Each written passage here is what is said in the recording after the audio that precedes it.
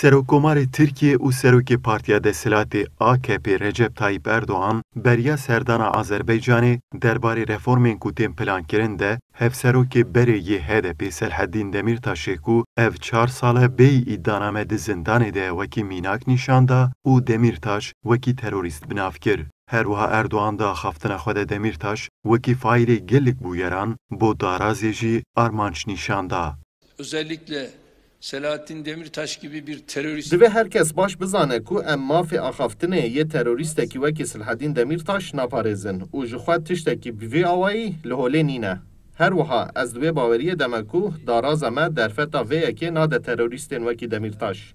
Bo ku pêşî lê bêgirtin tekoşîna me ya li hemberî wê dê heta dawiyê berdewam bike û di vî warî de ka çi ji destê me tê em dê bikin.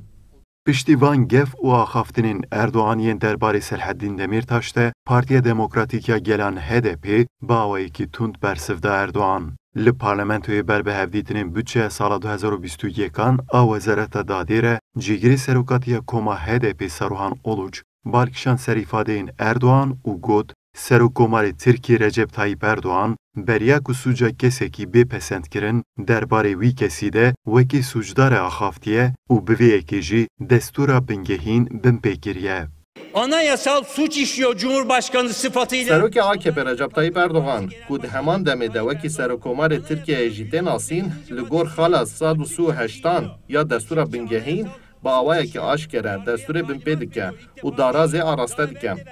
Her wiha necarek tenê berê jî divê derbarê de hewlên wî bi vî awayî çêbûne. Careke din gotibû em dê rêyekê peyda bikin û bersiv bidin vê yekê. Ev yekpêk anî. Got tiştê pêwîst dê bêkirin. Ew jî pêk hat. Lê ev têra wî nekir. Piştre jî got em wî ji zindanê bernadin. Ev jî wekî gotina wî lê hat. Bi van hemû gotinan sûca Serokkomar aşkere û li berçav e. Herwiha li aliyekê serokê CHP Kemal Kılıçdaroğlu jî di bernameyeke televizyonê de axaftinên Erdoğan yên derbarê Demirtaş de nirxand û got bêyî ku îddianameya wî bê amadekirin Demirtaş di zindanê de ye û ev yek bi tu awayî nedadwerane ye. Herwiha Kılıçdaroğlu got jî mixabin halê hazir hîç kesek nikare li Tirkiyê behsa demokrasî û mafên mirovan bike.